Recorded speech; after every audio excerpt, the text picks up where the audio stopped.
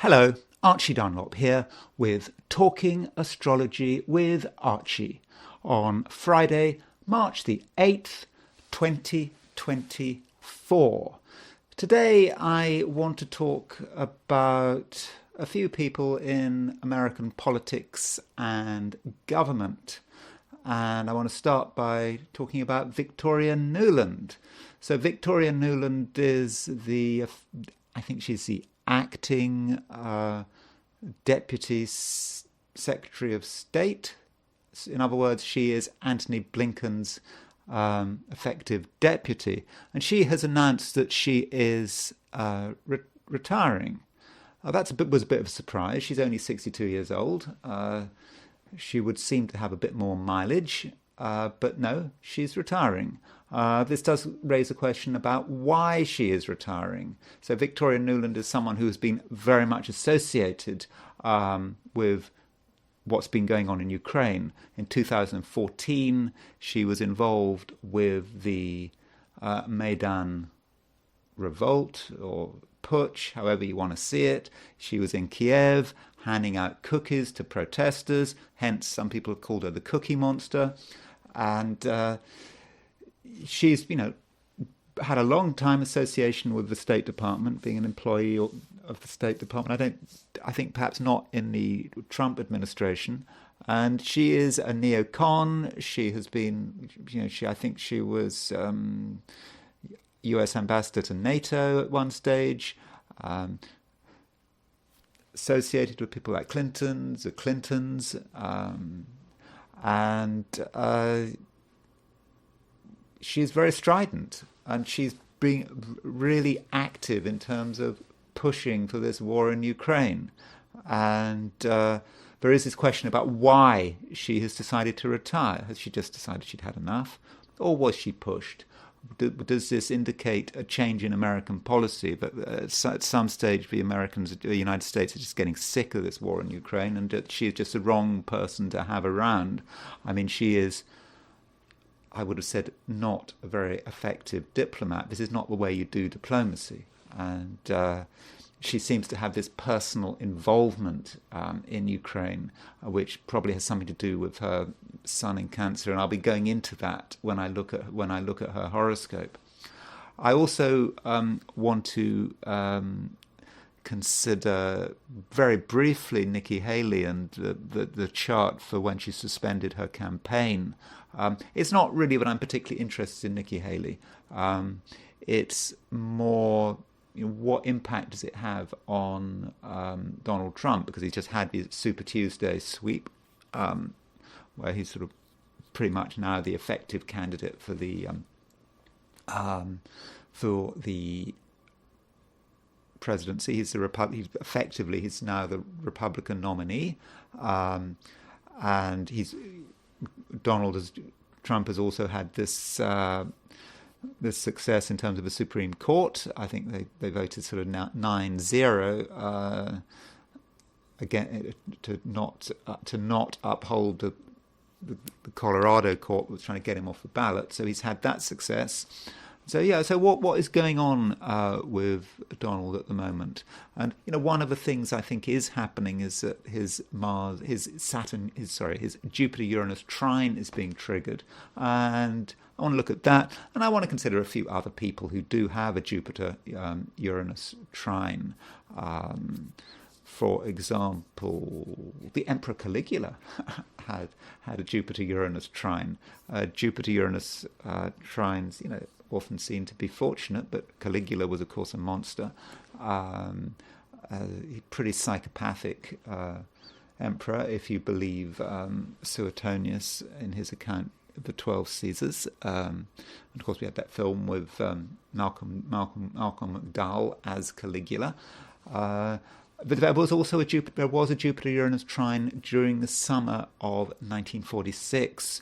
So two former presidents, or in fact 3 former presidents, were born in the summer of 1946. It wasn't just Donald Trump who was born in the summer of 1946, but Bill Clinton was born in the summer of 1946, and George Bush Jr. was born then as well. And another person with Jupiter-Uranus trine is famous speculator Jesse Livermore, who kept making and losing fortunes until he finally lost his last fortune, and I think he committed suicide in 1940. But I want to look at that. A few people who have Jupiter-Uranus trines. But before I do that, I want to look at the astrology and the I Ching for today, which is Friday, March the 8th, 2024. So top right, you can see there's Trump on. You can see that bust. That's a bust of Caligula, a man of glasses. That's Jesse Livermore, and to his left is George Bush Jr. And the top left, that sort of figure, sort of lurking behind George Bush Jr. is Victoria Nuland. So the moon continues to be in Aquarius. It does actually go into Pisces. Sorry, that's a heliocentric chart. I don't think I really want to look at a heliocentric chart. So from a New York perspective, it's from a New York perspective, the moon does actually go into Pisces this evening. It goes into Pisces at 3 minutes past 8 this evening. And in fact, it goes into Pisces even earlier in Los Angeles at 3 minutes past 5 this afternoon. But for most of us, we can consider it to be a moon in Aquarius day. So we're going to feel that certain detachment with moon in Aquarius. And it contrasts with all that stuff in Pisces. So at the moment, we've got 4 planets in Aquarius and 4 planets in Pisces. You've got Pluto, Mars, Moon, Venus in Aquarius, and Saturn, Sun, Neptune, Mercury in Pisces. So it's a bit like, I don't know, King Canute. King Canute wanted to demonstrate to his subjects that he couldn't stop the tides, that there were limits to his power. And so he had his throne put next to, I think, was it the River Thames, or was it, I don't know, was it the, or it might not have been the River Thames, it might have been, what do they call it, the North Sea or the Thames Estuary, I don't know. And, you know, he wanted to demonstrate there were limits to his power. As he showed his subjects, the sea just kept lapping at, the tide started rising, started lapping at his feet. And that's perhaps how we feel. We're trying to be sort of intellectually in control. We're trying to understand what's going on in the world. We're trying to perhaps work out what's going to happen next. Yet the chaos is all around us. The sea is there. The sea is rising. And that's what we're trying to do. And it's hard work. But with the moon in Aquarius, the moon continuing to be in Aquarius, unless you're in the Americas, then late in the day you might see it. You'll see it go into Pisces. We're trying to keep a certain level of detachment. Now, if you look at the overall position of the planets for today, you'll notice that they are bunching. They're bunching on one side. They're all sort of coming together. And that indicates a certain sense of extremity, a single focus. There is a single focus. People are focusing on the things that they are interested in. It's quite difficult to get people to be interested in something else. So that might be something we have to deal with. Be interesting also to look at this chart from the perspective of the sun. So this is a chart where you put the Earth in the center of the solar system. It's all from the Earth's perspective. If you put the chart from a perspective, if you have the chart from the perspective of the sun, so you have a heliocentric chart. So this is where you put the sun in the middle of the solar system, where it should be. So you no longer have a sun in the chart, but you now have an Earth in the chart. So there is the Earth. The Earth in a heliocentric chart is always opposition the sun in a geocentric chart. So the sun is in Pisces geocentrically, but if we look at it from an Earth, if we look at it from a heliocentric perspective, we see that the Earth is in Virgo. There's the Earth in Virgo, like on its own, and all the other planets are on the sort of other side of the sun. So maybe that's a bit how we feel. We're alone trying to deal with whatever the universe has planned for us. And there's a sort of a note there that we can see that there's Saturn, there's Neptune on the other side of the sun, and the Earth is moving towards an opposition of Neptune.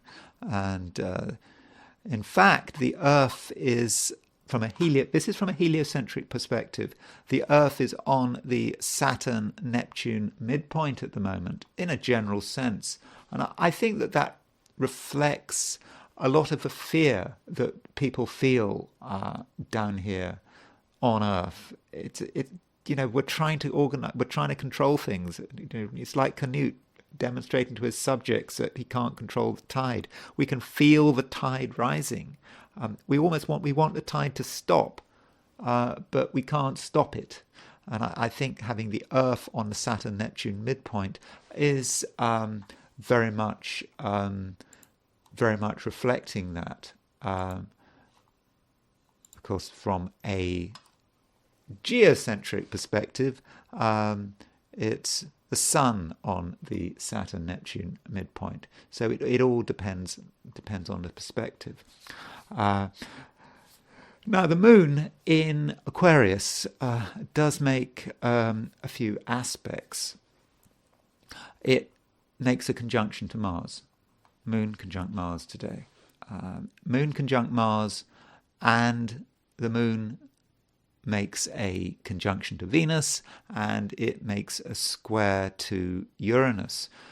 So we can see that this bit here, Moon conjunct Venus and Mars, is square the Uranus.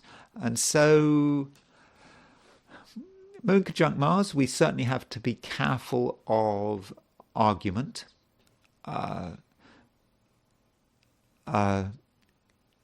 Aquarius is a fixed sign, so people can have very fixed ideas. Aquarius is about, perhaps what we believe in, how we respond to the events going on politically. So this might be a time where we have to avoid politics with certain people. I mean, difficult for me. I quite like talking about politics and religion. Politics and religion, good subjects to talk about, in my opinion. But not everyone takes that view. And so with Moon conjunct Mars in Aquarius, we have to be careful. We have to be careful about people's political sensibilities. And, okay, it's not just politics. It's just about ideas, about doing things. With Moon conjunct Mars, there could be a lot of stubbornness and people refusing to accept alternative points of view.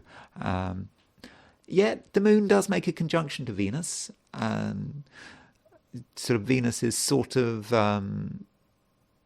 not quite, but sort of on the Venus-Mars midpoint. So Moon-Venus conjunction should be quite good for relationships in certain ways. It's like if you can get over the differences of opinion, then it is a time when we can get close to people. Not so much on an emotional level, but more on the level of ideas and philosophy and being able to talk to them. So that's it. Maybe we need to have an argument about politics or religion or something like that in order to clear the air. That's possible, but it depends who you're dealing with.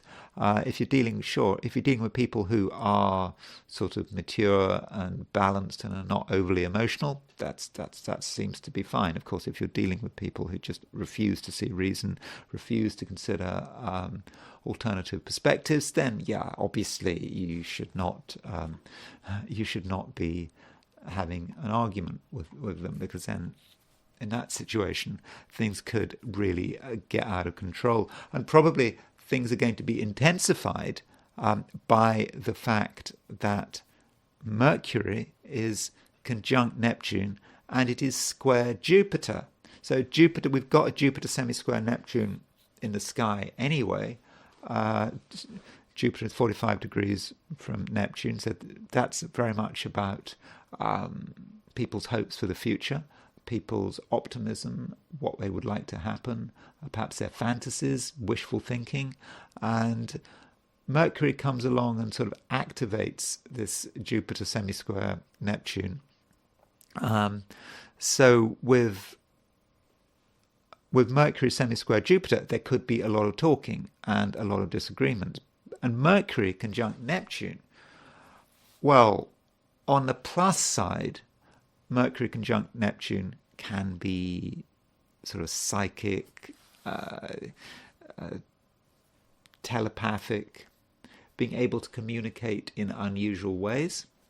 And, we might sort of pick up on some really deep, unconscious, supernatural stuff that might be really interesting. On the downside, Mercury conjunct Neptune can be very confused. It can be about deception. We're told things that we want to believe it, and we do believe it, and we may believe things which are just completely false, completely fake. So that Mercury conjunct Neptune we have to be careful about it. We should, avoid listening to clever salespeople.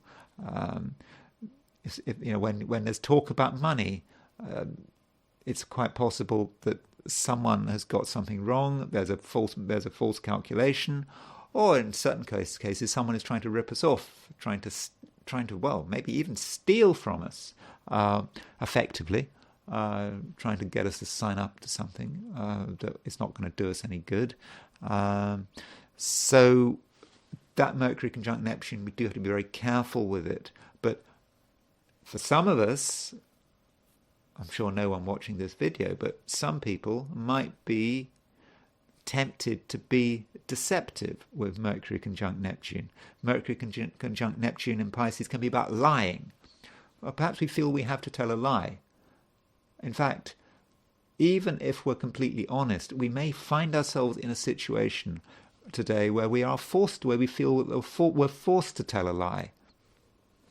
I'm not saying that's a good or a bad thing. I suppose it depends on the situation. But don't deceive anyone, especially if you're trying to. Don't be tempted to be dishonest. But with Mercury conjunct Neptune, there could be that temptation. So you can see that there are more and more things going on, and Mars is starting to move towards a square of Uranus, and the Moon, making a conjunction to Mars, making a square to Uranus. We're beginning to feel this Mars square Uranus. Okay, it's exact tomorrow, but Mars square Uranus, it's around now, and Mars square Uranus is a very dangerous aspect. We should not do anything dangerous. We should not take any risks. We should be very careful when dealing with machinery. If we're doing something dangerous, maybe if it can go wrong, it will go wrong, and other people's behaviour may become increasingly dangerous. Though it's quite possible this Mars square Uranus is going to be more about what is going on in the world outside. Looking at sort of politics, global events, big actions, big disasters, a lot of people at risk,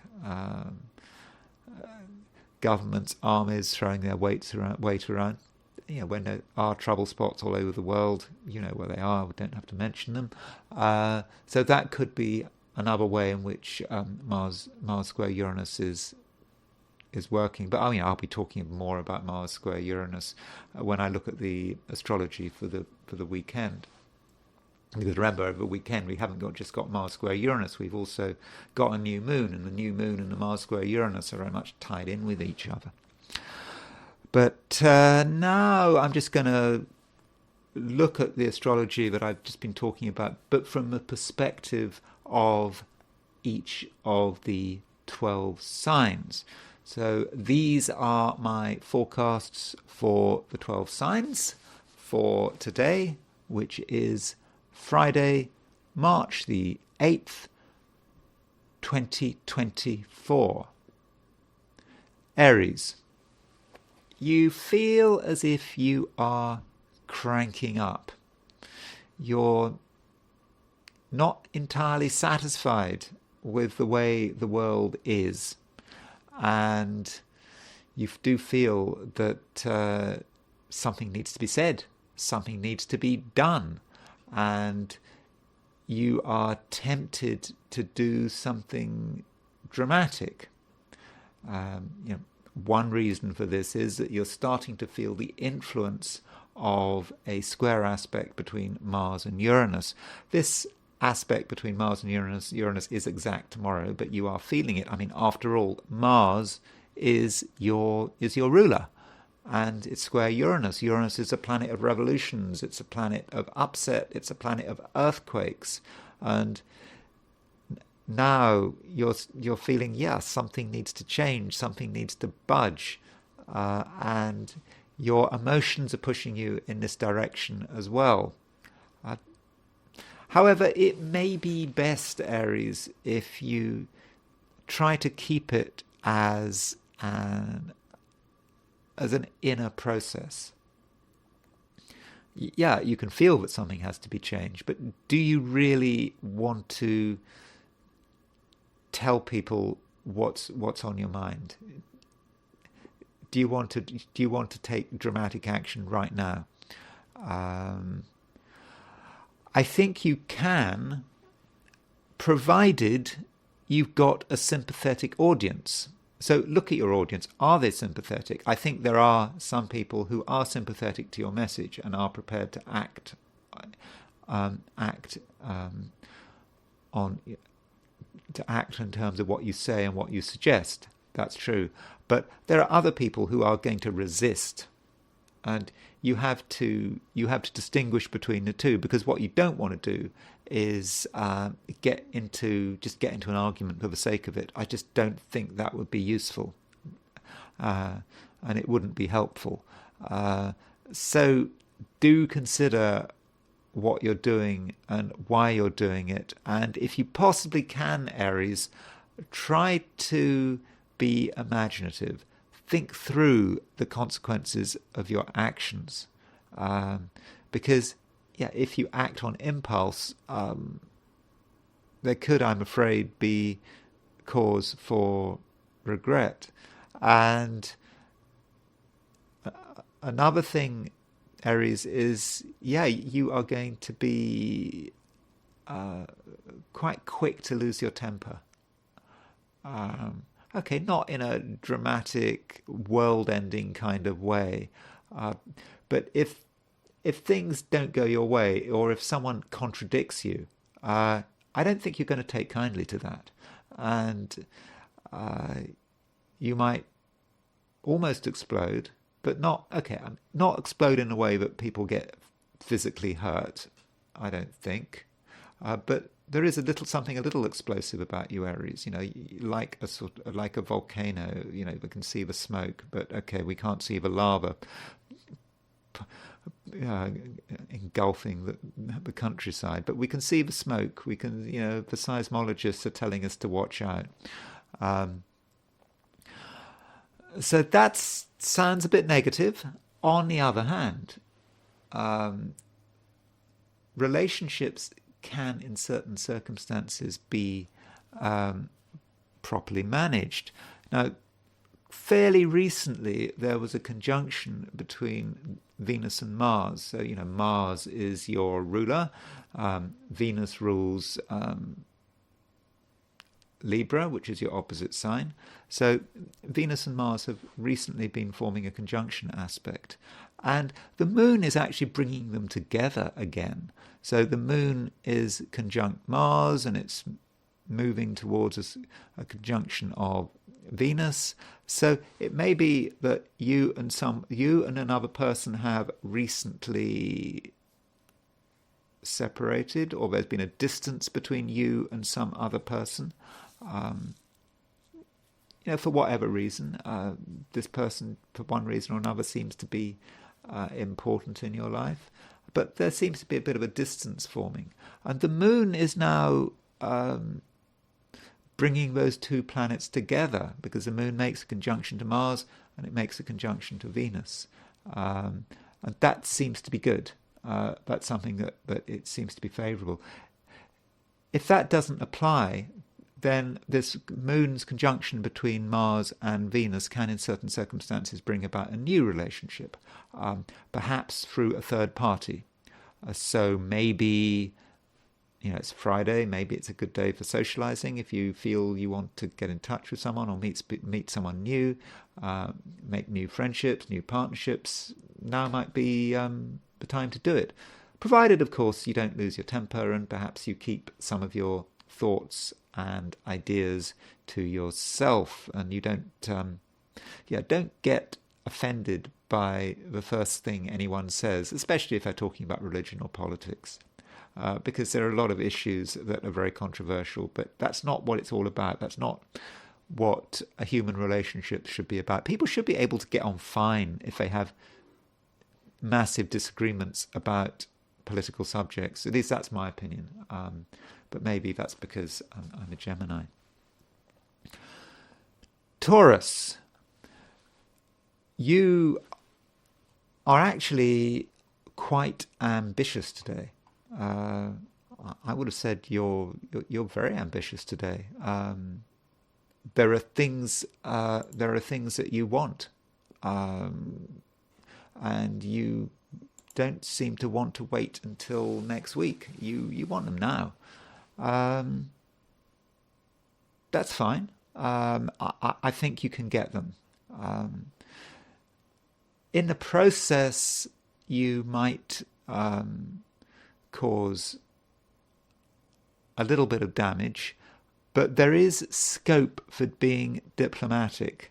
So if you want something, there are a number of ways you can get it. Okay, you can just go and demand it. I want it now, and I'm not going to wait. Well, in a way, that approach is kind of a recipe for trouble, isn't it? I mean, people don't like having demands. They don't like having to do things at gunpoint. Metaphorical gunpoint, of course. There's always another way to get your way. And today the moon is starting to move towards a conjunction with Venus. Venus is your ruler. So with moon making a conjunction to Venus, you can be relatively sensitive, and you can be demanding, but in a way that doesn't seem demanding. Inside you might feel very impatient, but you can sort of almost put that impatience to one side and just focus on the human dimension. And by focusing on the human dimension, you should find that you can get your way. And this is particularly the case when you're engaged in activities which are about progressing yourself from like an ego perspective. When you're out there trying to get recognized, that might be at work, for example. Yeah, and I know it's Friday, the end of the week, but there's still stuff that can be done. Or just when you're meeting people out there around a sort of a collective purpose, whatever that collective purpose might be, you can start to adopt a leadership role. Yeah, you can be a leader today, Taurus, and you can show real leadership. But leadership is not just about barking orders. It's not about getting angry. It's about understanding. It's about understanding people and taking the time to listen. And do take time. Trying to understand people is not an immediate process. First impressions are not necessarily the right impressions. you have to kind of soak up the vibes and allow your sensitivity to develop. Then slowly but surely you will get a picture. And yeah, the first picture may not be true, and indeed the first things you hear people say, some people with, there's a Mercury Neptune conjunction today. A lot of people are just talking stuff that doesn't really make any sense.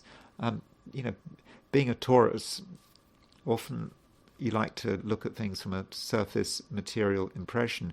You might take what people say at face value. Do not take what people say at face value. Even close friends, they may have got something wrong. So let people talk, develop an impression, and then slowly but surely you will understand what's going on, and you will be in a position to act effectively. Gemini. I suppose the important aspect today is a conjunction between Mercury and Neptune. I mean, Mercury is your ruler, and yeah, it's conjunct Neptune. That can mean that you confuse yourself. You're trying to understand what's going on around you. You think maybe that you understand what's going on around you, but maybe you don't. Or you've got so many thoughts, so many different ideas that you don't know what's true. So be really careful. Don't act on the basis of assumptions. It's yet easy to make assumptions. You look at the facts, you say, oh, well, it must be this, must be that. You know what to do. I would be very wary of that. And I know it's tough for a Gemini, and as a Gemini, you pride yourself on your rationality. But today, I don't think you're being entirely rational, because you're potentially acting on the basis of false information. So I would suggest that you perhaps take a step back. However much you want results, and I do understand that some Geminis may feel themselves to be in a hurry. I mean, this Mercury-Neptune conjunction takes place in Pisces, and from a Gemini perspective, Pisces is quite ambitious. It can be about work, it can be about status, it's how you're presenting yourself to society. And there might be a sense of hurry, but no, it's not a time to be in a hurry. One thing, though, if you are having to deal with authority figures today, you're going to be able to say a lot. What do they say? You'll have the sort of, is it the gift of the gab? You'll be able to say all sorts of stuff. And you'll be able to mislead people. Now, you have to be very careful about misleading people, particularly if you're under oath, for example. But you will be able to put things off through the power of your words. So if it's something you're trying to avoid, especially if you're dealing with organizations and people, your words can be quite effective in terms of probably delaying the inevitable. But in certain situations, you may be faced with something that you really want to avoid, and you just use your words in that Gemini kind of way, and actually you may be able to avoid it entirely. You have to look at the situation. Are you able to delay something through your words, or are you actually able to push someone or an organization in completely the wrong direction and escape through your own deviousness? I'm not advocating deviousness, by the way, and I'm not advocating that you do anything disreputable, dangerous, illegal. But your words, at least in the short term, can be quite effective. Now, looking at relationships, and relationships may be important to you. I am not convinced today, Gemini, that you're going to be able to get on with everyone. I think that there are certain people, perhaps people who are important to you, who today you're just not really going to get on with them. You're just going to be on a different wavelength. You'll be going in one direction, they'll be going in another direction, and there'll be very little scope for agreement, and certainly not much scope for harmonious interaction. And I think things just won't be helped by the way you're communicating. I mean, the way you communicate may be good in certain situations, but when it comes to one-to-one relationships, there could be a bit of a communication breakdown, and no one's going to know what's going on. So what do you do about that? Well, one approach is to try to be very down to earth, but I actually think it's going to be quite difficult for Geminis to be down to earth today.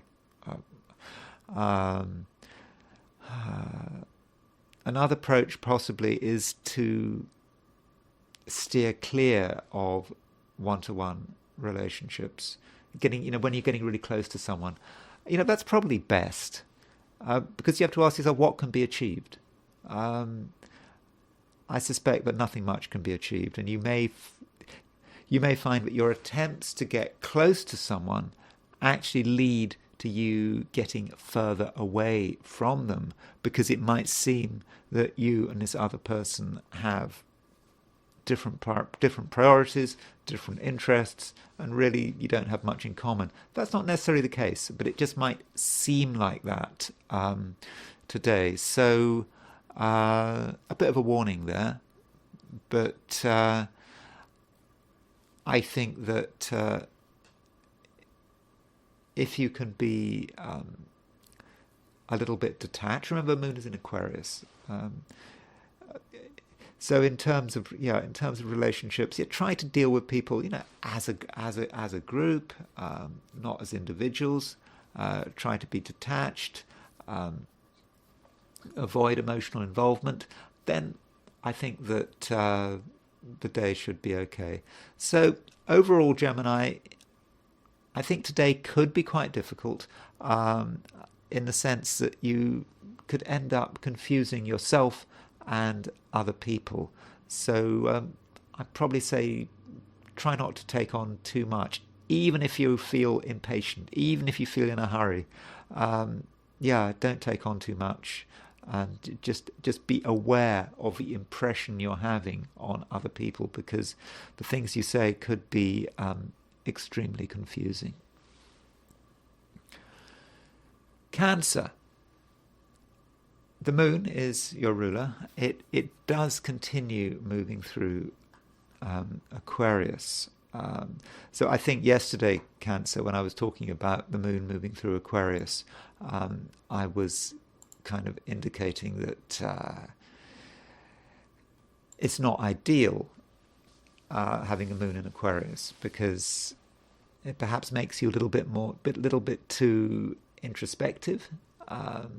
You feel that you can't really engage with the world outside. You're sort of almost like retreating into yourself.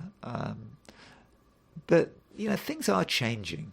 The moon actually goes into Pisces. It changes sign this evening if you are in the Americas. And this is only if you're in the Americas. So at 3 minutes past 8 New York time, moon goes into Pisces. At 3 minutes past 5, sorry, when I say 3 minutes past 8, I mean 3 minutes past 8 in the evening, or 3 minutes past 5 in the afternoon if you're in Los Angeles. So that intensity and that introspection does come to an end late in the day if you are in the Americas. But overall, looking at the working day and all day if you're in Europe Asia, Australia, New Zealand, the moon is in Aquarius. So there remains a bit of intensity and a reluctance, perhaps, to engage with the world. But don't be too reluctant, because the moon is making a conjunction to Venus. So when you've got the moon making a conjunction to Venus,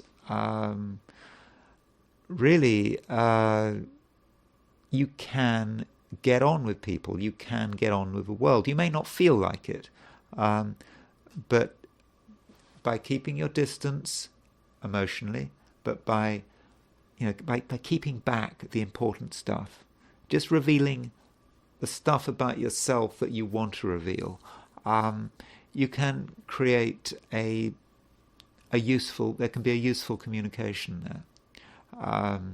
But don't get too involved. I think that is the point. Little blasts of social interaction. 5 minutes here, 5 minutes there. Don't spend too long with any one person. I think one reason for that is that the moon is making a square to Uranus, and so with a moon square Uranus, that can really quicken the pace, and it can create a tense situation,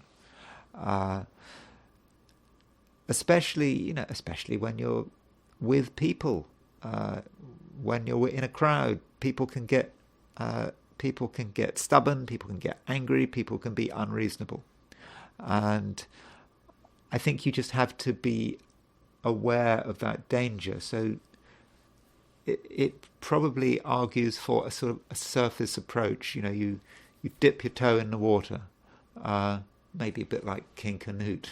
The tide, he can feel the tide, but he doesn't want to get overwhelmed by the tide. Yeah, dip your toe in the water, but then just straight away leave. That way, in a way, you are honouring the moon in Aquarius. Remember, the moon is your ruling planet in Aquarius. You don't want to get emotionally involved with people. You don't want to get the full horror from any one person. Just get an impression and just perhaps move on to someone else. And that way you won't get involved, and I think you'll get through the day unscathed. And indeed, if you're in the Americas, then this evening, completely different picture.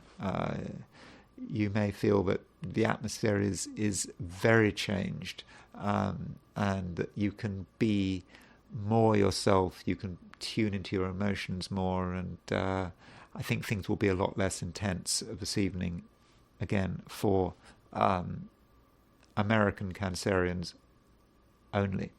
So that's it. Things look okay, provided you're careful, and you don't get heavily involved in terms of any one situation or any one person.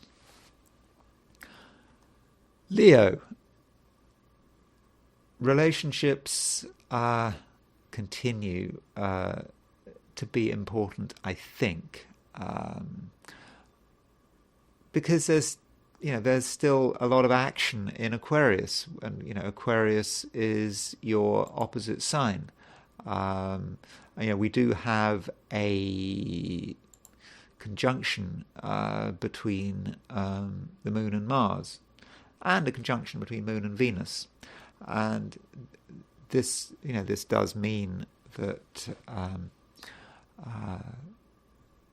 other people do matter, and you have to take into account other people, because if you don't take into account other people, they might surprise you, and they might surprise you in ways that aren't particularly welcome, and it just might make you nervous. So perhaps the best way of dealing with this is to get close enough to understand what's going on. Try to listen to people, listen to their complaints. People do have complaints. Try to understand someone's anger. You don't have to engage with that anger. You don't have to have an argument with someone, but you can still understand it.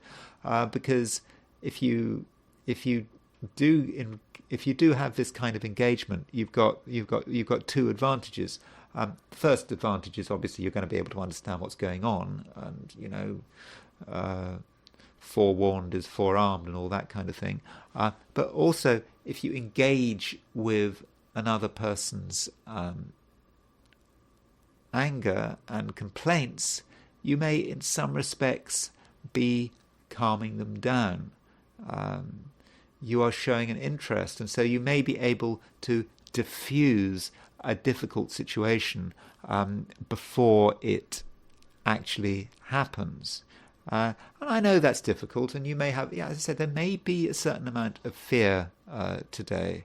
Right at the beginning in the introduction, when I was talking about the overall planetary positions, I mentioned the fact that the Earth is on the Saturn-Neptune midpoint, and by definition, when you've got the Earth on the Saturn-Neptune midpoint, you've got the Sun conjunct the Saturn-Neptune midpoint.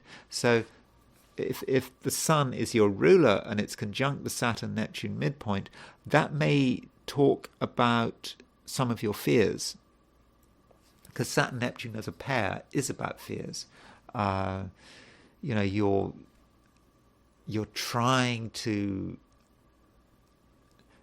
build boundaries for yourself with Saturn, but Neptune's coming along. Neptune is undermining those boundaries, and so Sun is trying to deal with this Saturn-Neptune pair. And there may be a wariness about engaging, and that might be a reason why you just don't want to involve yourself with certain people. Now, if certain people are, if someone is dangerous, sure, you mustn't involve yourself with them. That's obvious. But in many cases, you need to overcome your fear and deal with something directly. It may be there is a particular subject or matter that it has to be addressed at some stage, and maybe now is the time to address it. Not least because there is a conjunction between the Moon and Venus coming up, and so a conjunction between the Moon and Venus is quite fortunate, and it does allow you to address issues which in the past have been a problem and come to some kind of an understanding. People may be independent-minded, but they're also at a certain stage going to be reasonable. Remember, that Moon-Venus conjunction is in Aquarius, and actually Aquarius is quite a reasonable sign. So maybe you should use the energy of that Moon-Venus conjunction. And there may come a point, if you really start to try to understand what people are thinking, what people are worrying about, there may actually come a point where you are actually in a position to take surprising but successful action. There may just come a point where you actually see what needs to be done, and you can do something in a very short period of time that can be really very successful and very impressive. So consider what that might be. It might just be something that comes from the depths of who you are, and you suddenly see, that's what needs to be done. Maybe if you tell people this is what needs to be done, it can be done quickly. A lot of your concerns can be resolved quickly, but it is an action but it's an action that has a really quite deep emotional causation there. So do bear that in mind as you go through the day. Virgo. Well, you do have a bit of a choice here, Virgo.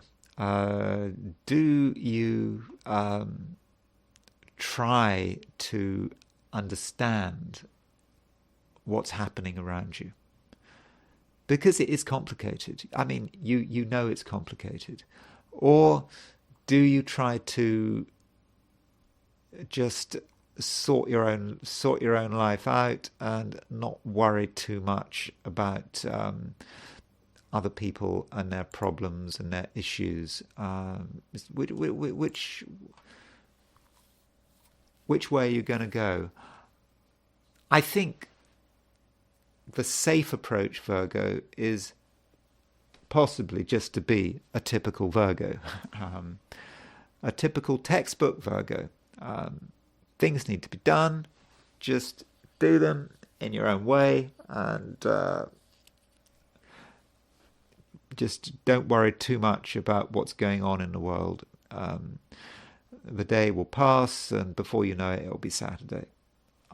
That is one approach. And yeah, as I said, it is the safe approach. But there are interesting things going on around you, which almost are attracting your curiosity. You do want to know. It's interesting. But how far do you go? You can observe something, and that can be interesting. You can get a bit closer, and that's even more interesting. But if you cross a certain line, you become part of the thing that you are trying to observe. And of course, at that stage, you lose your objectivity, and you become the observable event. So when does the observer reach a stage where they become the observed, when they become an actor in the drama they're trying to understand? And boundaries could be quite fluid. After all, Mercury is your ruler, and it is conjunct Neptune. It's also semisquare Jupiter. But Mercury conjunct Neptune starts to cloud things in a major way. Things are starting to become very fluid, confusing. You are picking up a lot of information. A lot of information is coming your way. If you have any psychic potential, I know everyone likes to think that they're psychic.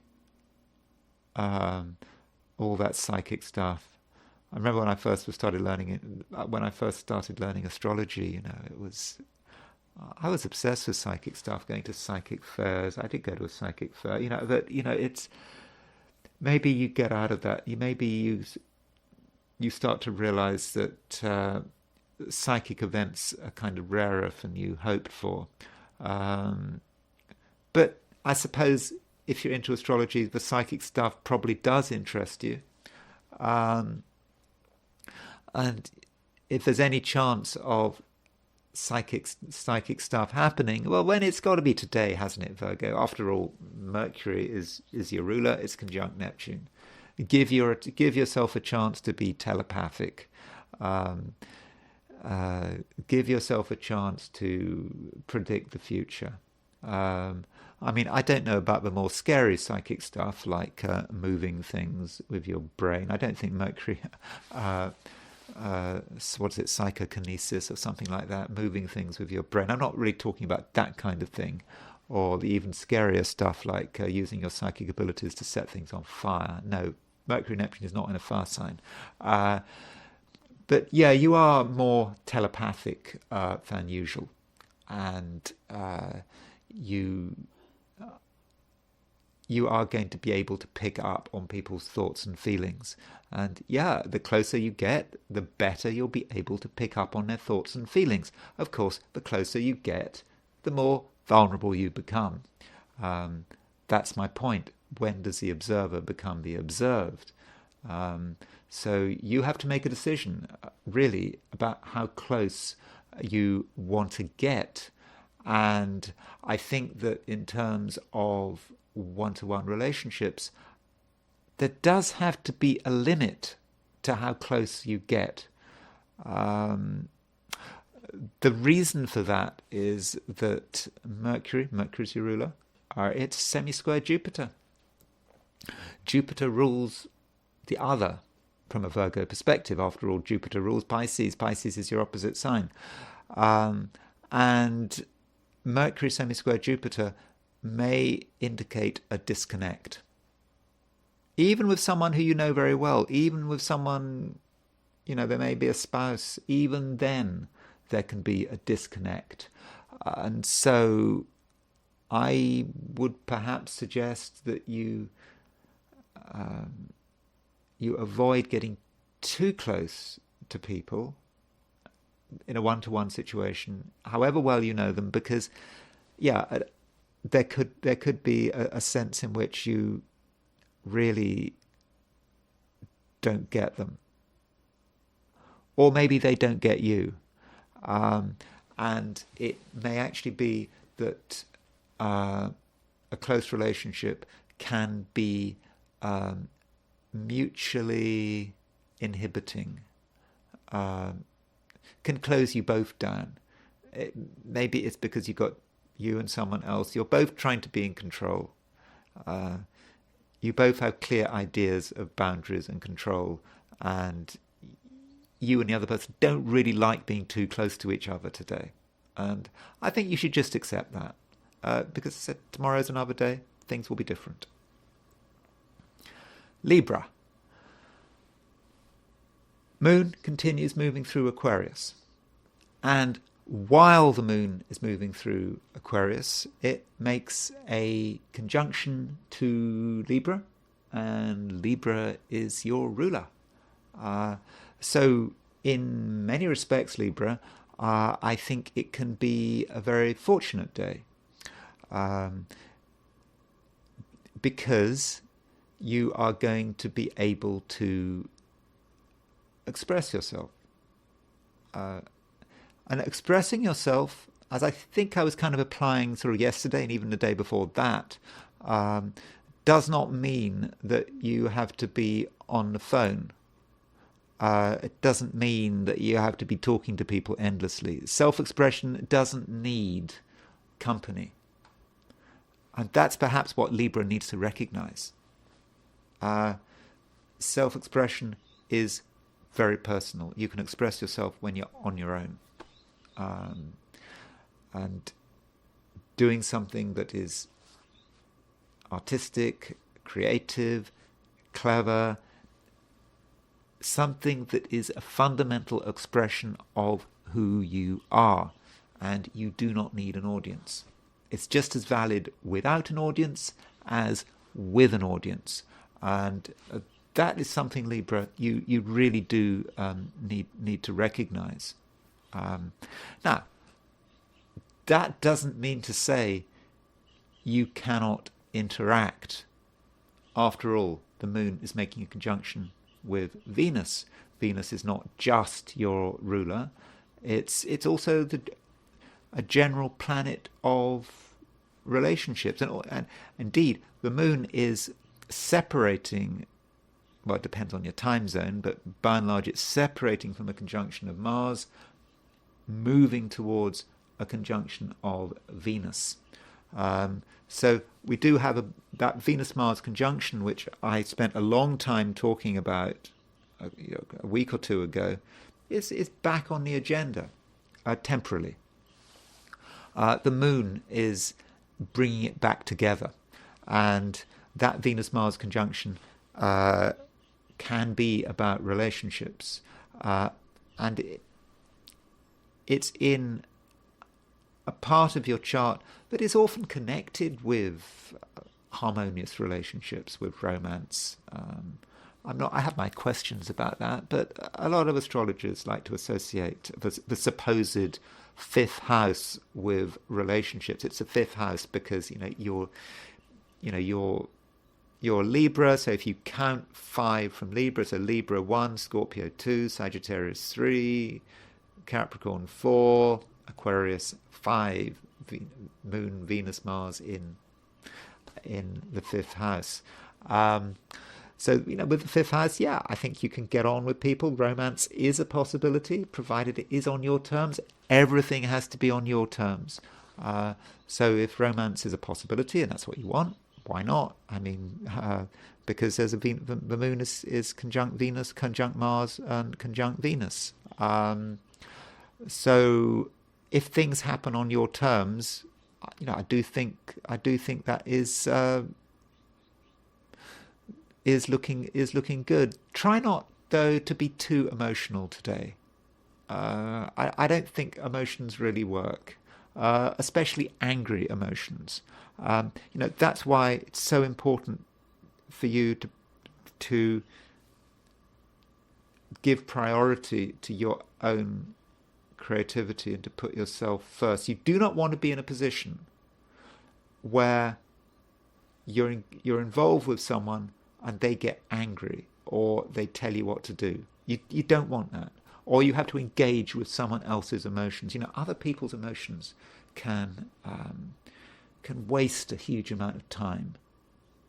Today's not a day you want to waste your time engaging with other people's emotions. And I suppose, we have to remember that today, the moon does make a conjunction to Venus, but the moon is actually making a square to Uranus. And it's just possible that angry people spoil your day. People just dump their feelings onto you, their resentments. That is not something you want. So, in terms of other people, think ahead. Are they an angry person? Are they the kind of person to dump their emotions onto you? Are they the kind of person to spoil your day?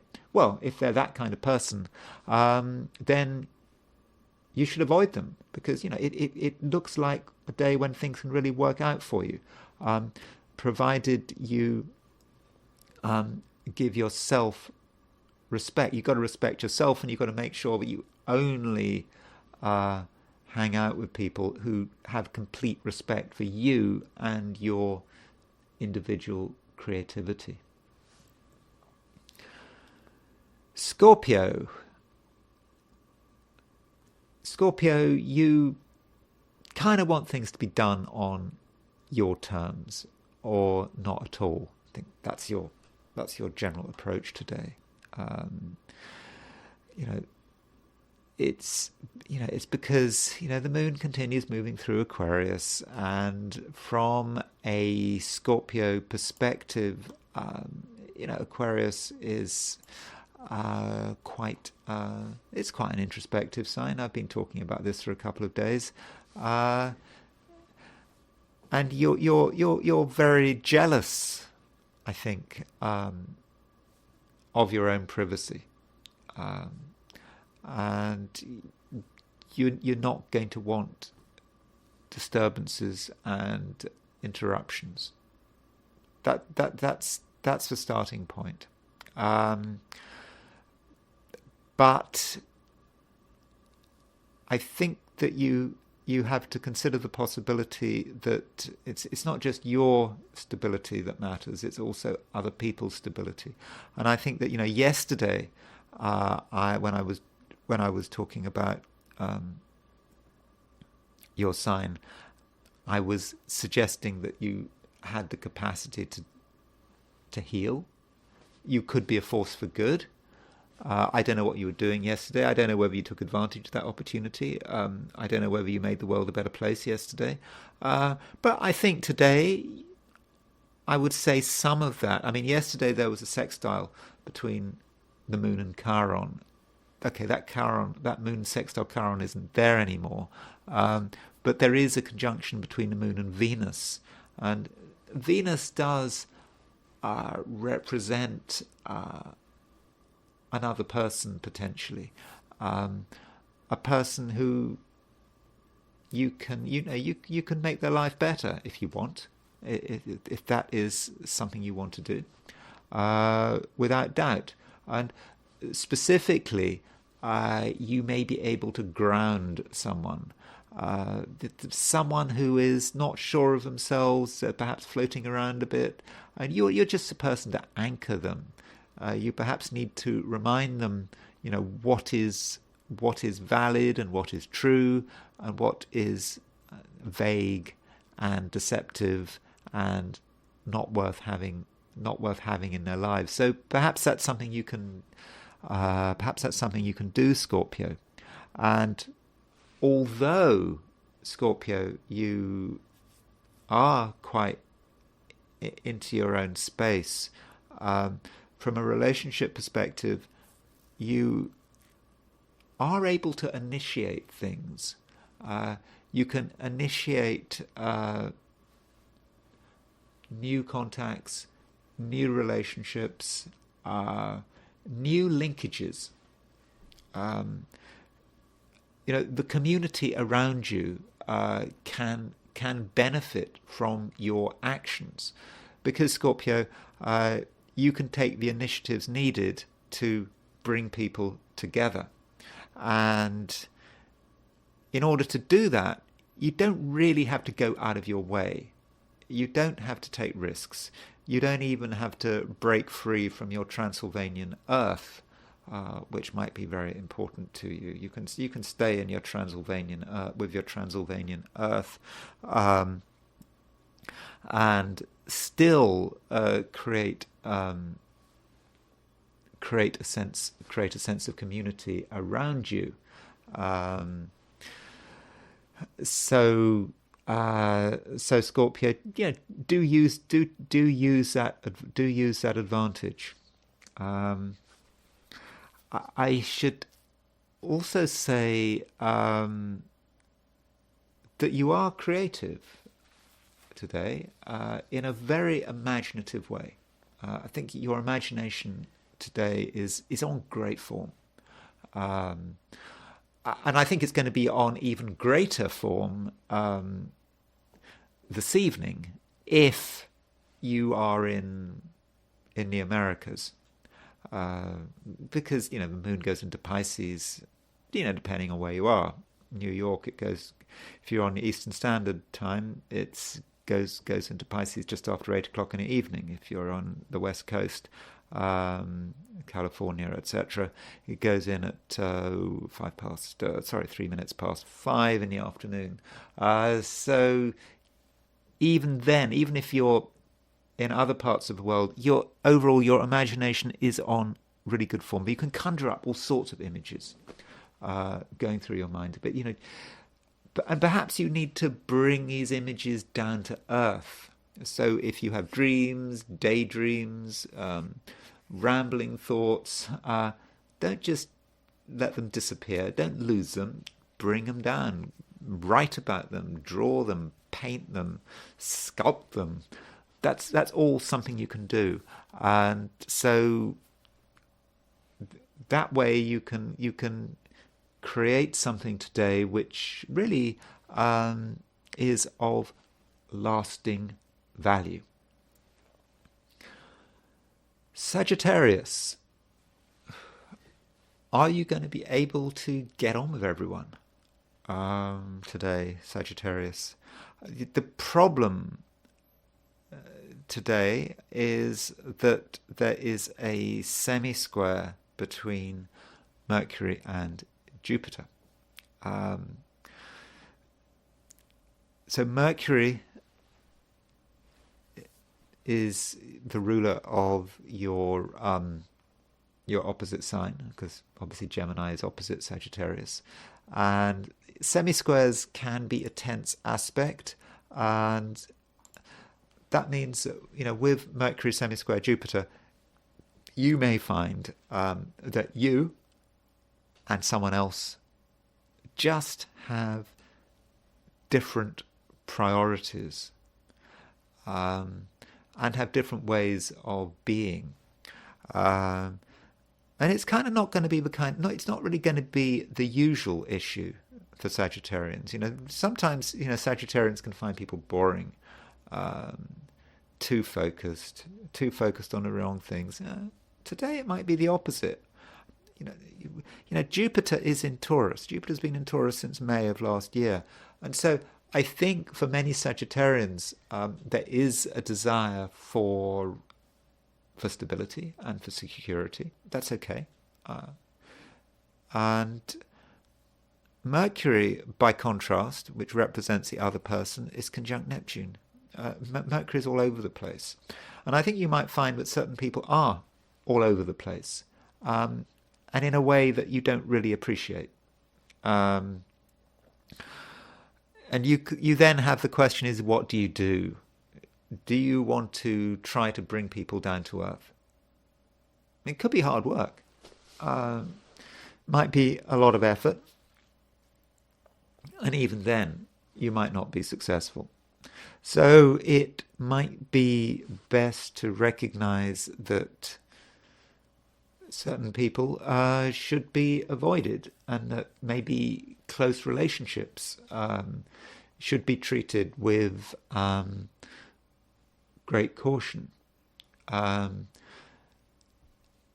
all, you do need to know what's going on, and one of the best ways of knowing what's going on is to ask questions, talking, communicating. That's all going to be important for you today. And I think Sagittarius, you're going to be able to communicate with great force.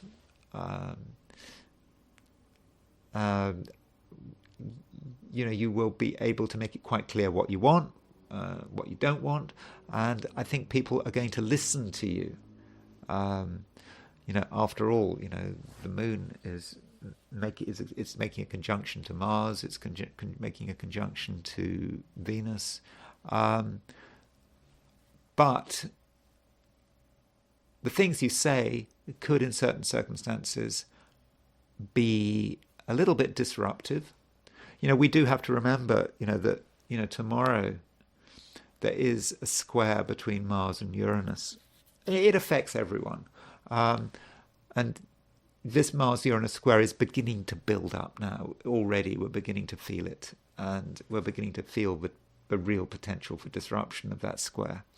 And for you, by saying too much, by giving too much away to the wrong people, in the wrong situation, you may be stirring things up. You may be stirring up reactions that once they start, it's really quite difficult to stop.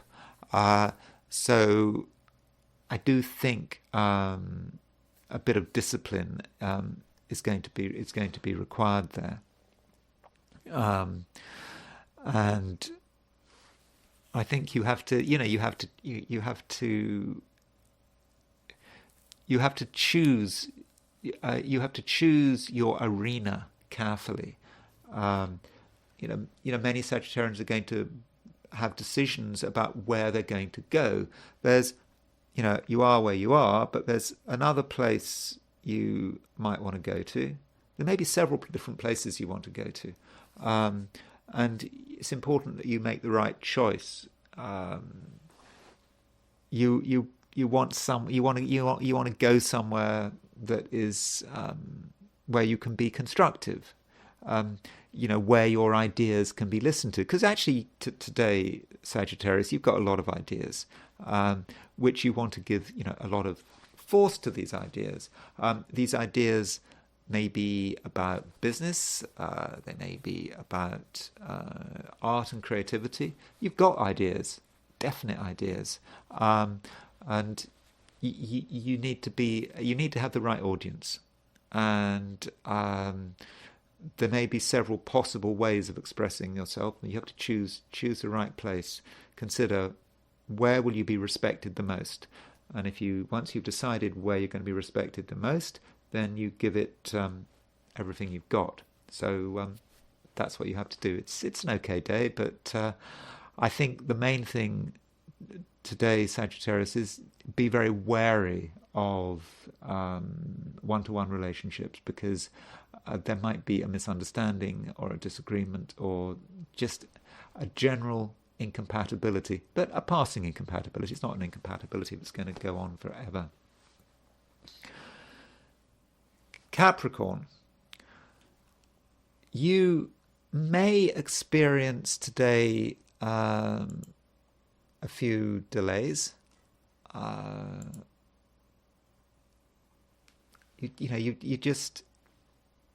You want something to happen, but it just doesn't quite happen the way you want it. I think it's because some people may be dragging their feet, and some people may be delaying the inevitable.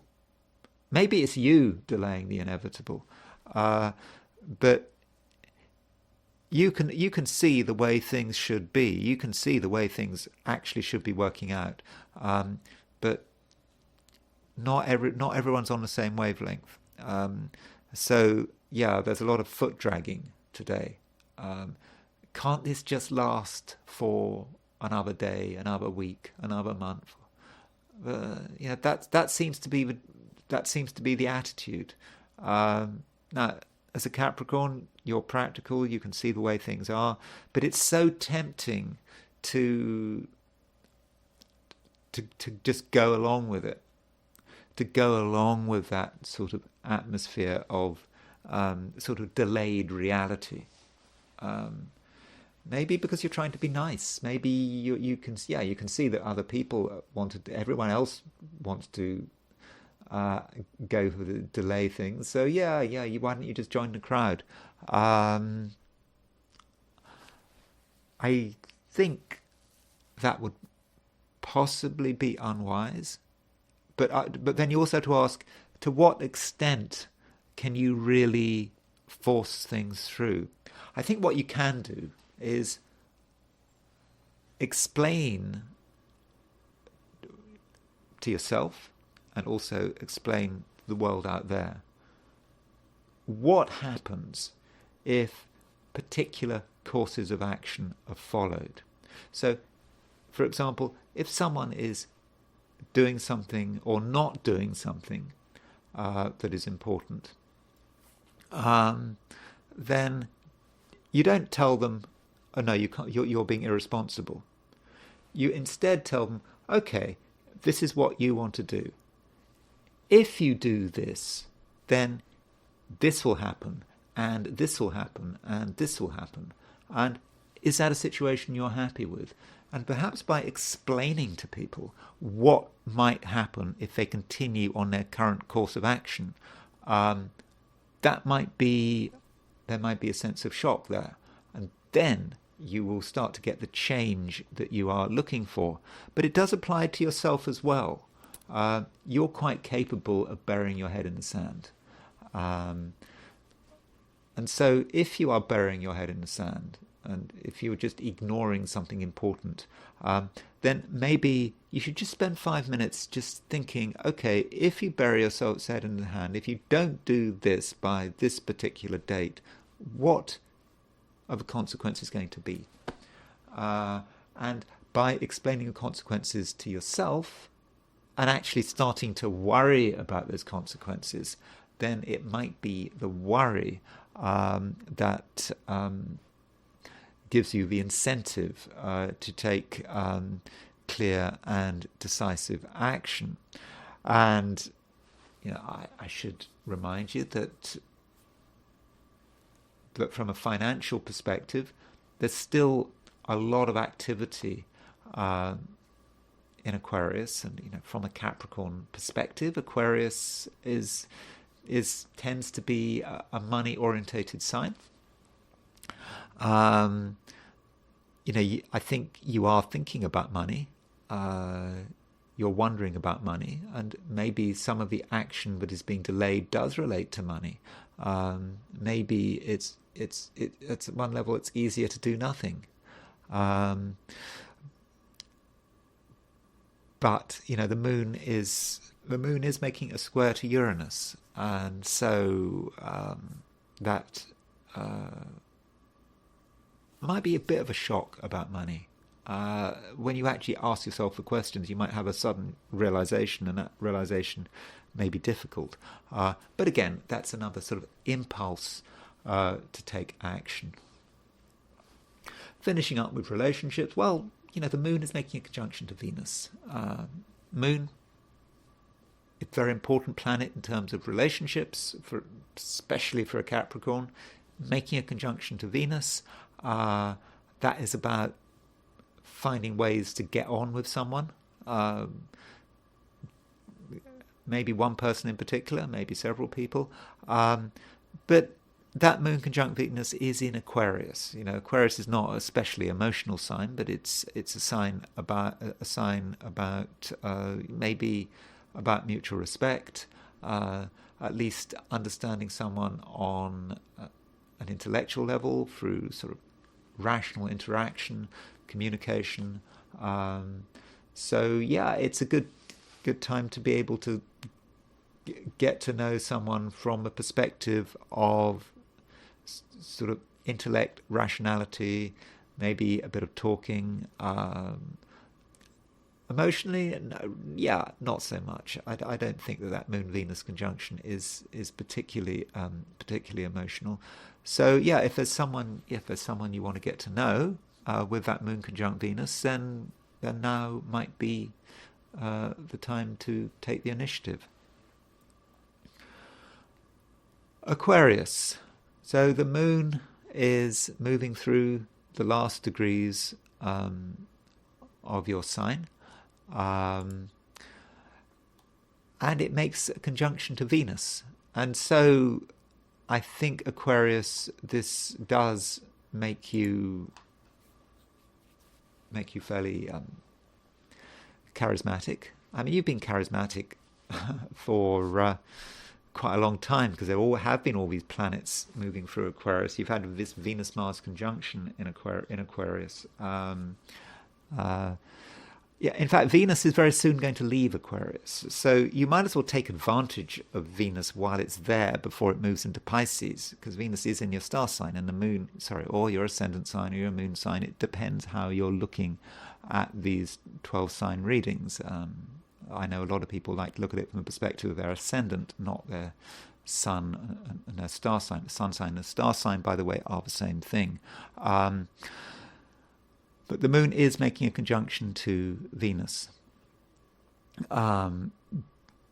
This gives you it does give you charisma. It makes you an attractive person. A person that people want to talk to, that people want to get to know. And yes, I think it's important that you take advantage of it. Now, don't let outside events spoil it, though, because the moon, yes, it does make a conjunction to Venus, but it also makes a square to Uranus.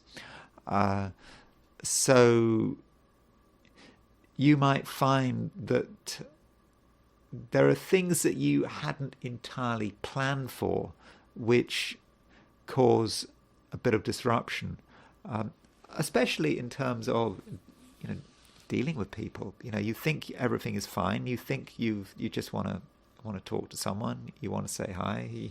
You want to get to know them, and then things happen that you really weren't planning for. Could be an event which, is in its own way is very disruptive, and that might spoil it. So what is this event? And it may be about how you respond to an event. So just because something happens that you weren't planning for doesn't mean you have to change everything. You maybe just need to look at the event, or maybe it's someone else's reaction. It could be that. Someone may react in a way that you weren't expecting, and it may just totally unbalance you. And perhaps what you have to do is not overreact to someone else's overreaction. Just let it pass. Just ignore it. Maybe it's just an impression that someone maybe gives an impression that they're upset.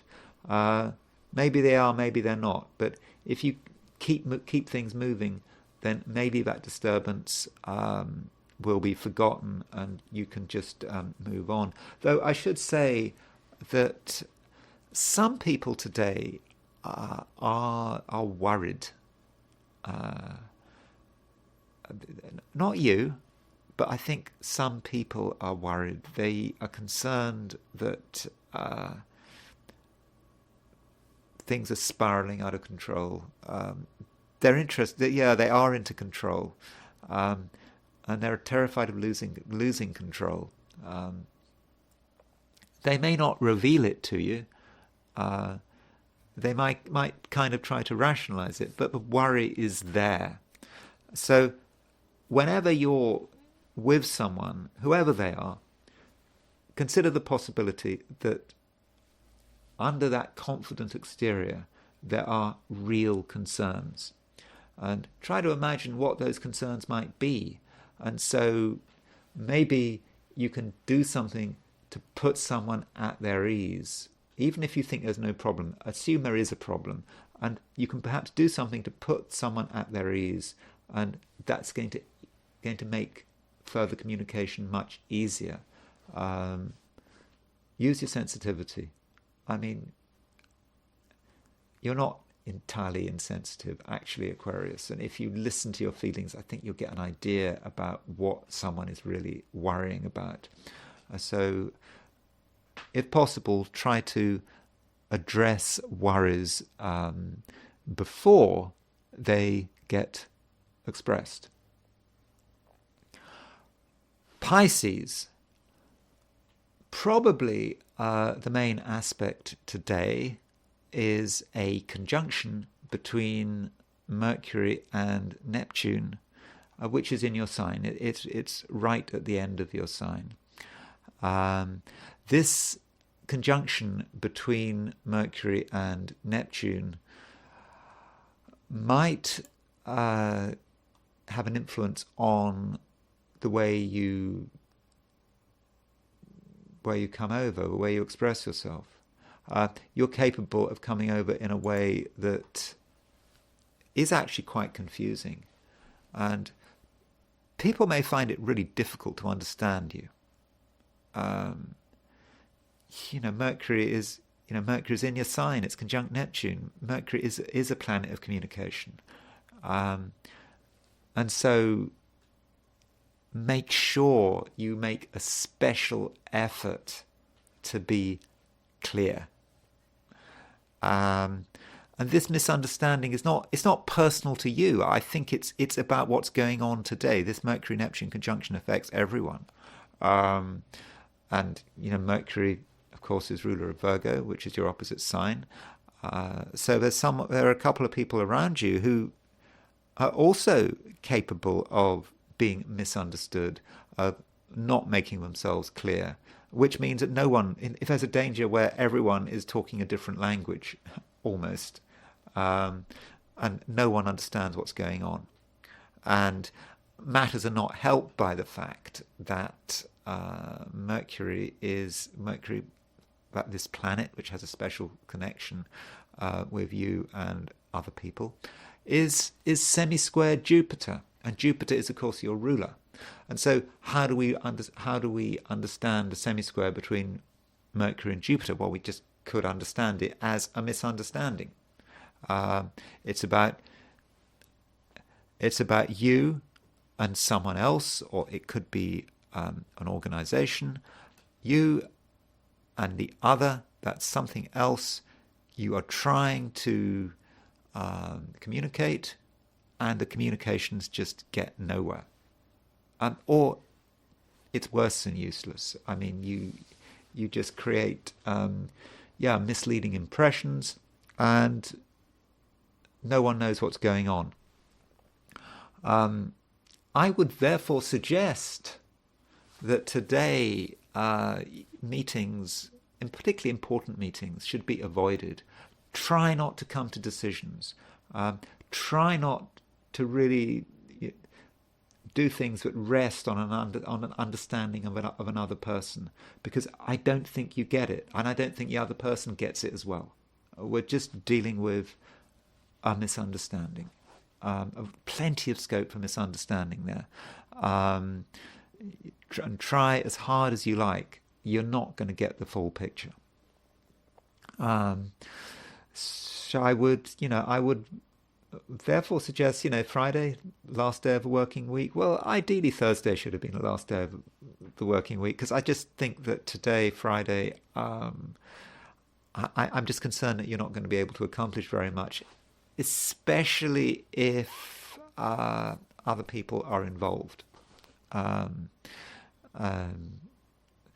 So I think that gives you the picture. It is slightly different though if you are in North America or the Americas in general, because the moon does move into Pisces late in the day, and this evening, if you're in continental North America, I think things are going to be a lot clearer. You're going to have a better understanding about what's going on, and it'll be easier for you to create some structure. So that is a silver lining, but I'm afraid if you are not in America, if you're in Asia, Europe, Australasia, then the stabilizing influence of the moon going into your sign, you're not going to feel that really until tomorrow, which is of course Saturday.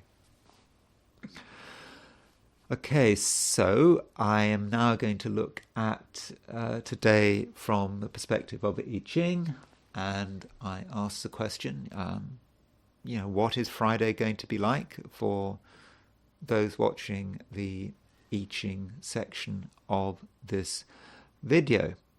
And the first hexagram I got was hexagram number 57, the gentle. The gentle is about wind. You've got wind above wind, and it's about gently trying to influence things, not taking big initiatives. And specifically what we're trying to do is we're trying to understand where a problem lies. We're like the wind blowing through a house, going through everywhere, every nook and cranny, just going through everywhere. And it's almost like looking for something. What is wrong? We might feel, for example, that something is not really working out, but not quite sure why it's not working out, and we're just doing this analysis. And so the gentle is about just going through, really, really trying to work out what is the problem, where is the source of the problem. Of course, the I Ching likes to use more dramatic language, like searching for the evil. Where is it? And that may be a lot of what we're trying to achieve today, and it can be overwhelming trying to do this. And maybe this reflects the fact that today astrologically there's this Mercury conjunct Neptune. We're looking for something, we can feel something's wrong, but we don't know. We can just get overwhelmed. Too many signals are coming in. That's a Mercury-Neptune conjunction thing. We're just getting too much information, and we can't reach the right conclusions. And the top line moves. So this very top line moves, and there is a warning here. Remember, it's a top line. In the I Ching, top line is very often unfortunate, and we might end up asking too many questions. We might overanalyze the situation, and through our overanalysis, we might actually cause more problems than it's actually worth. And I think this takes me back to what I was saying when I was doing the signs. I think I was talking to Virgo, and one of my warnings to Virgo today was that don't get too close, because the observer can at some stage become the observed, because the observer gets so close they become part of the whole thing. And so I think that relates not just to Virgo, but perhaps to all of us. Don't get too close, don't ask too many questions, because then you might actually be able to change the thing you're trying to observe, but change it not in a constructive way. You might stir things up. Don't be too curious about the wasp's nest, because if you get too close to that wasp's nest and you start digging at it, then you could be in real trouble. Now, this hexagram, the gentle, it does move. It does moves to hexagram 48, which is the well. The well is something that's always there. I mean, that's the key point. Things change. Societies change. But certain things stay the same. And in terms of you as a person, the well represents everything you are. Who you were yesterday, who you were 10 years ago, who you were as a child, just who you were in general, that fundamental person who you are. And in terms of the previous hexagram, the previous hexagram was talking about, all the things that could go wrong. It was talking about evil. It was talking about all the things you might want to remove from your life. And, you might be concerned that you're living in an evil world. Terrible things are happening in this world. Maybe bad things are actually happening in your own community. There may be things happening in your household that you're not happy about. But with the well, what it's really saying is you are who you are. No one can change that. Your virtues, your experiences, your knowledge, they can't be touched. So maybe it's about living and accepting living through the world, accepting the world as it is. Bad things are always happening. They have always been happening. They've been happening since before you were born. Nothing maybe has actually changed. So rather than worry about bad things going on around you, just focus on yourself. You're the same person, and deal with that. And by accepting that you are the same person, then I think that is going to give you some kind of reassurance. And evil, well, I suppose if you're from a Christian perspective, well, just evil is always there, isn't it? Original sin, you can't get out of that. Yeah, just focus on who you are and don't let outside events bring you down, because the things in you that are worth having cannot be destroyed. They cannot be brought down. And that's perhaps how you should address yourself to your current concerns. Now I want to talk about astrology, and I want to start by talking about Victoria Nuland. So Victoria Nuland, I've talked about her quite a lot before. Maybe I'll be accused of being repetitive here. But she's going.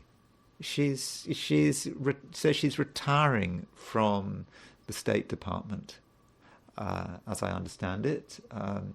So she's acting number 2, deputy Secretary of State. I don't know what the precise title is. But that's that's a bit of a disappointment, isn't it? And this woman, Victoria Nuland, if you look at her history, she is incredibly destructive. She is one of the most destructive people in the American administration, and her destructiveness has gone back. She's been involved in Iraq in trying to muster support for America's involvement in Iraq, Afghanistan. She was ambassador to NATO, and she's heavily committed in terms of Ukraine. The Maidan revolt, which brought down the elected president in Ukraine, was to a great extent engineered by her, because in 2014 she was in Kiev, handing out cookies, encouraging it. She was famous for having a phone call where she was discussing who she'd like to have in the Ukraine government. So she is a serious meddler, and she has a real problem with Russia. And many of the problems that we've got in Ukraine. Remember, hundreds of thousands of people have been killed in this war. Most of them Ukrainians rather than Russians. A lot of Russians have been killed as well. So, what is it? How has it managed to work like this? What is it about her chart? Now, a reminder: she's born same day as Lady Princess Diana, something which I have mentioned before. So, what is it about her chart? Now, Princess Diana was, known for being quite an individual in her own way. She did things differently. She shook things up. She shook the royal family up. Her most a lot of people remember how Princess Diana. She shook hands with someone who was HIV positive without gloves, and that was a very big thing in terms of moving society, British society on, maybe beyond Britain. That was Diana's moon in Aquarius, opposition Uranus. But every chart is different. I have a time for Princess Diana. Victoria Nuland, no idea when she's born, what time she's born. All I know is she's born July the 1st, 1961 in New York. So Victoria Nuland has moon opposition Uranus. You can see there's her moon in Aquarius. Don't know precisely where her moon is, but it's certainly in late Aquarius, and it's opposition Uranus. So that is something to do with the rebel wanting to do things her way. I mean, Victoria Nuland's known for being brash. That comment she also made, she's famous for F the EU, which she said on the phone in terms of European opinion, I think, about what was going on in Ukraine, I think. But, just being really, really brash. She's in a hurry to get things done, and she's ideologically motivated. And I think we might see part of the ideological motivation in terms of her sun in Cancer. Sun in Cancer, it represents the roots of the matter. I think her family, her recent ancestors, they came over to America from East. I'm not quite sure where, Eastern Europe. Was it Ukraine? Somewhere around there.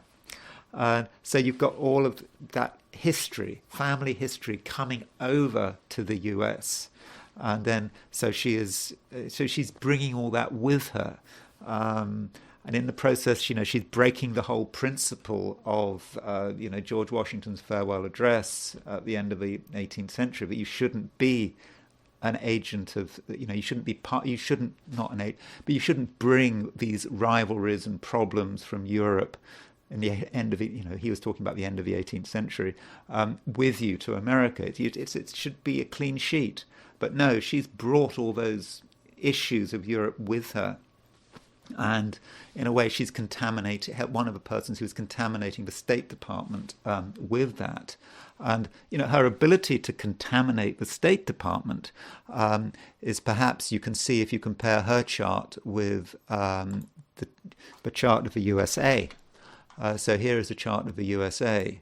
You see, the USA has got the Sun in Cancer. Victoria Nuland born July the 1st. Quite close to July the 4th. People born July the 4th, or close to July the 4th, like George Bush Jr., they often do have a big influence on America. It does help politically. So she's got a Sun in Cancer like the USA.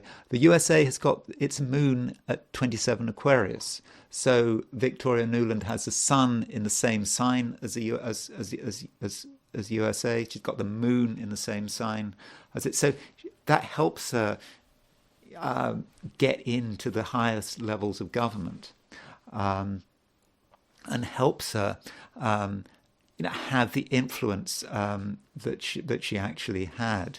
Now, one thing that I do find really incredible about Victoria Nuland is the fact that she has got the Aries point aspecting the Mars-Saturn midpoint. So her Mars-Saturn midpoint, there's Saturn, Mars, so her Mars-Saturn midpoint, I think, is approximately at 15 Scorpio, which is sesquiquadrate the Aries point. So when you've got a planet on, when you've got the Aries on the Mars-Saturn midpoint, the Aries is about the world at large, what impact you can have on the world at large. Now, many of us have no real ability to impact the world at large. We're just private individuals. No one cares what I do, what I think. I can think what I like. It's not going to have any influence on anyone, really, is it? Certainly not nations, the world at large. But if you are someone at the highest levels of government and you have got the Aries point aspecting the Mars-Saturn midpoint, you have the capacity to bring that to bear. Mars and Saturn is about death and destruction. And clearly, with Aries on the Mars-Saturn midpoint, let me just show you this midpoint. Let me show you the Aries point. Let me make this a bit bigger. That's her Aries tree. And you can see Aries on the Mars-Saturn midpoint. So, she has been involved in the destruction that the United States has caused, whether it's in Iraq, in Afghanistan, and more particularly in Ukraine. So through her actions, she has been involved in something which has led to a lot of people dying, and certainly in Ukraine, as a result of the Maidan revolution, putsch, however you want to see it. You had this pro-Western government, a government which was, to a great extent, was controlled by the US. As a result of that, that led to, firstly, the conflict in Donbass, and then the wider war with Russia, in which hundreds of thousands of people have died. And she is part of that, and she was a leading person in pushing for it. And she has Aries on the Mars-Saturn midpoint. But she doesn't just have Aries on the Mars-Saturn midpoint. And this is the contradiction here. If you look at her chart, where's her Aries point? There's her Aries point. Her Aries point is also on the Venus-Jupiter midpoint. And so Venus-Jupiter, a very fortunate pair. It's the opposite of Mars-Saturn. Mars and Saturn are the two malefics. And Venus-Jupiter are the two benefics. You think Venus-Jupiter being kind, having an idea. Now, look at Diana. Diana is, she would have the same thing. Remember, this is effective with Diana's chart as well. How was Diana using that energy? Diana, Aries point on the Venus-Jupiter, looking at, being seen as what did they call her when she died? They called her something like was she the Princess of Hearts or the Queen of Hearts or Princess of Hearts, I think it was. The shaking hands without a glove, shaking hands with an HIV patient without a glove. That was seen as being something that everyone noticed. That the kindness and and the humanity there, that might be the Aries on the Venus-Jupiter midpoint, but that's how Diana was expressing it. And then Aries on the Mars-Saturn midpoint, Diana was expressing it. Unfortunately, she died on August 31st, 1997, in that tunnel in an incredibly public way. Her death became very much part of who she was, unfortunately. So that's how Diana was affecting it, was experiencing Venus-Jupiter on the Mars-Saturn midpoint. With Victoria Nuland, I'm thinking about her in Kiev in 2014 as the Cookie Monster. She was the Cookie Monster, giving out these cookies and encouraging the demonstrators and the protesters who were about to bring the elected government of the president down. That was Aries on the Venus-Jupiter midpoint, I would have said. That is supposedly the person in the middle, the kind person from America, Aries on the Venus-Jupiter midpoint. You could see that in a darker way. Remember that Victoria Nuland is Cancer, the mother, the destroying mother, rather like sort of Morrigan in Celtic mythology. I think the Celtic mythology, Morrigan was, I think there's this myth that Morrigan was in the evening, she was the seductress, sleeping with warriors before the battle, and in the morning, after the battle, she was the raven picking at their corpses after they were dead. And so, in a way, with Victoria Nuland, before the big protest, she's out there giving cookies. Aries on the Venus-Jupiter, Aries on the Venus-Jupiter midpoint. Nice Victoria Nuland coming to Kiev with her cookies. Then afterwards, 2024, she's retiring. Aries on the Mars-Saturn midpoint. And we can see how many hundreds of thousands of people are dead on the battlefields of eastern Ukraine, and she was part of that of American policy. She drove American policy, which led to that event. So you could say she's like the raven, encouraging more. She just wants this war to continue. But anyway, she has retired, and I think that's a good thing. As far as what was going on when she retired, I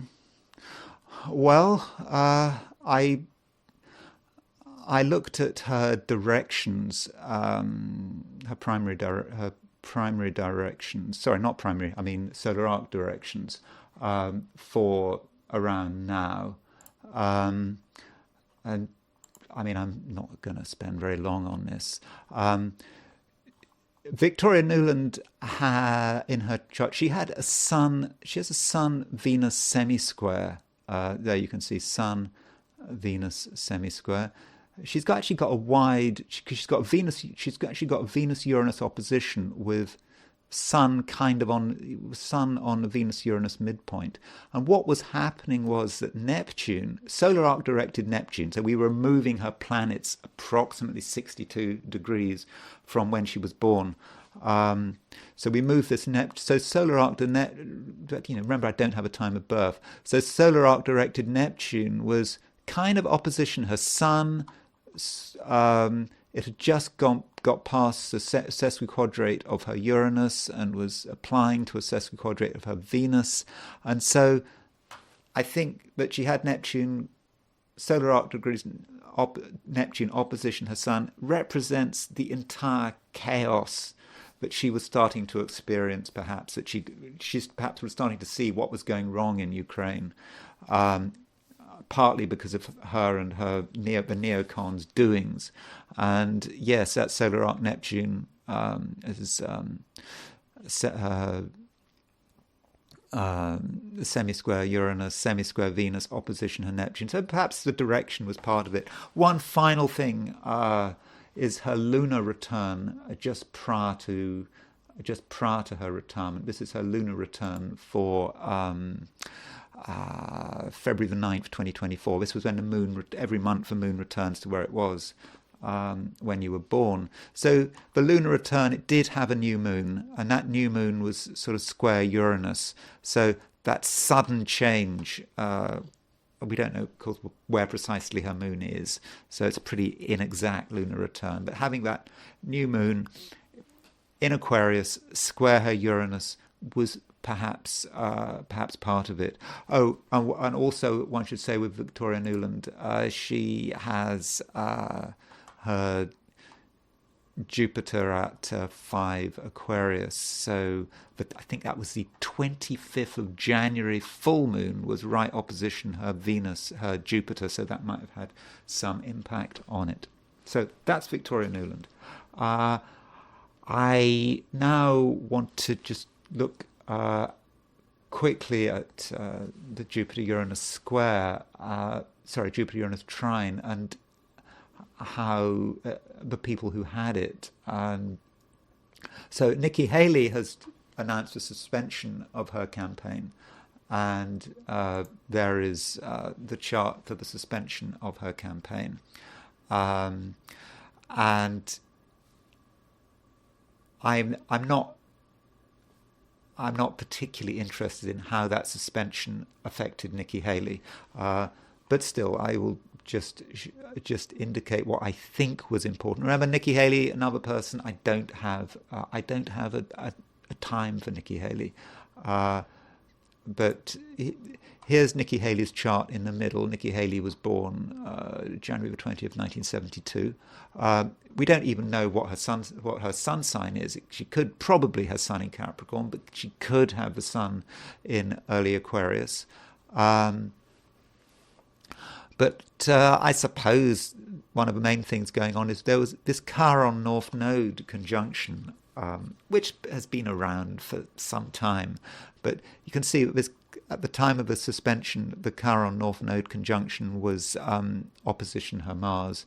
So maybe that's part of it, and sort of she's got a Mars-Uranus opposition in her chart, and perhaps it was to do with Chiron North Node.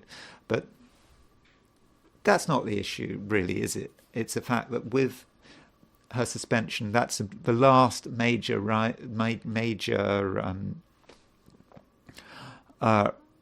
rival to Trump has gone. So it looks as if Trump has definitely got the nomination, the Republican nomination, which leads us to Trump's chart.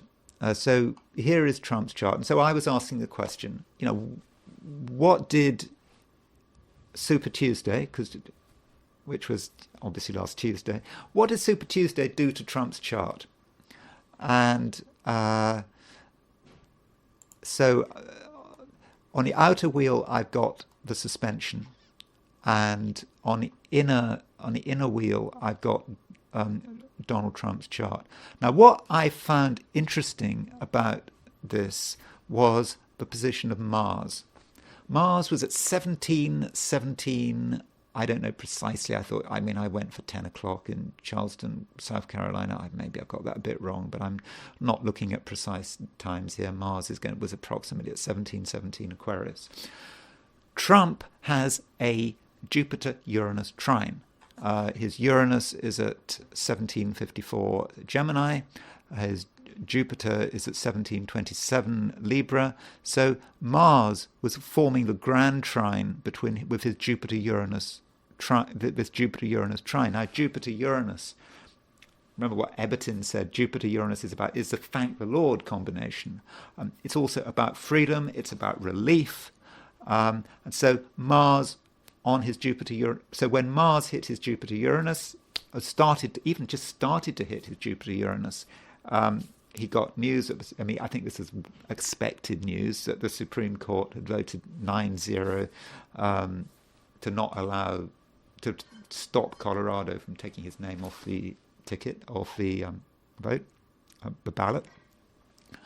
Plus, he had Super Tuesday. So Jupiter-Uranus is probably feeling good about itself. Now, these are collective forces, Jupiter-Uranus. These are not very personal planets. But remember, Trump is a collective person. He is, in many respects, an instrument of the collective. So what to me, certainly, Jupiter-Uranus is not very personal. But if you're Trump, it does become personal because he's a he is collective. He's a collective entity. He is an instrument of whatever the cosmos wants.